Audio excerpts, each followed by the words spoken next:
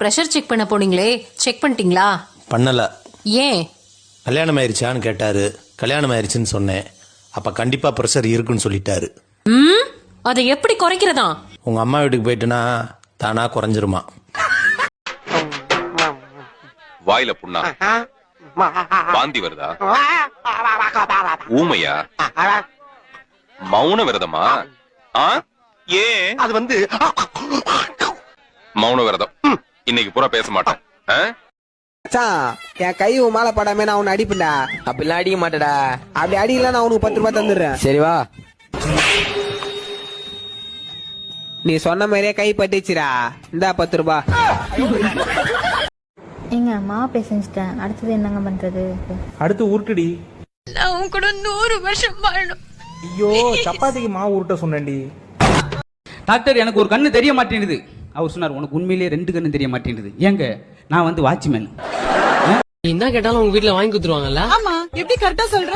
இல்ல, காசு இல்லாத என்கிட்டயே அவ்வளவு வாங்கி சாப்பிடுறியே, உங்க அப்பனை விட்டு வச்சிருப்பியா நீ? அப்ப நீ என்ன தீனி பண்டாரன்னு சொல்றியா? அப்படி இல்லம்மா, ஓர வஞ்சனை இல்லாம சாப்பிடுறேன்னு சொல்ல வந்த. ஏங்க, பிச்சைக்காரை சோறு கேட்டதுக்கு எதுக்குங்க காசை கொடுத்து கடையில சாப்பிட்டுக்கன்னு சொன்னீங்க? நம்ம வீட்டுல தான் நிறைய சாப்பாடு இருக்குது இல்லங்க. விட்ரி, அவனாவது ஒரு நாள் நல்ல சாப்பாடு சாப்பிடட்டும். நீ கணக்குல புளின்னு சொன்ன, கணக்குல புளின்னு சொல்லிட்டு முட்டை மாதிரி எடுத்துக்கடா. புளி பதுங்கி இருக்கு. அது பாயிர நேரம் எப்ப எனக்கே தெரியாத புளிச்சான். நான் கோச்சிட்டு எங்க அம்மா வீட்டுக்கு போயிட்டேன். அப்ப நீங்க என்ன பண்ணுவீங்க? இப்படி எல்லாம் அபசகுணமா பேசாதுமா. அதெல்லாம் எனக்கு தெரியாது. சொன்னா கேளுமா. எனக்கு தெரிஞ்சே ஆகணும். நீ சொல்றது ஏதாவது என்னைக்காவது நடந்திருக்கா? எல்லாருக்கும் கருநாக்கு தான் பழிக்குமாங்க. இவ வெள்ள நாக்க வச்சுட்டு இவ சொல்றது எதுவுமே பழிக்க மாட்டேங்குது. அதுவாவது ஒரு நாளாவது காலையில 6 மணிக்கு எந்திரிச்சு சூரிய உதயத்தை பாத்திருக்கீங்களா? நாங்க ஏன் பாக்கணும்? எங்க பேர்ல ஒரு மரியாதை இருந்தா அது வந்து ஃபேஷன்ல என்ன இருக்கு? ஒரே கூட்டமா இருக்கு. என்ன போடுறாங்கடா? சண்டை போறாங்க டீச்சர். அது தெரியும்டா. என்ன பொருளடா போடுறாங்க? அப்படி கேளுங்க டீச்சர். அரிசி, சக்கரை, பருப்பு இதெல்லாம் போடுறாங்க. உளுந்து போடுறாங்களா? இல்ல டீச்சர், உட்கார்ந்து தான் போடுறாங்க. கடவுளே. ஆமா, கடவுள் தான் டீச்சர் போடுறாங்க. டேய், இதான் பொண்ணு, நல்லா பாத்துக்க. பொண்ணு நல்லா இருக்கு. சோசியரே, பொண்ணுட்ட கொஞ்சம் பேசிட்டுமா?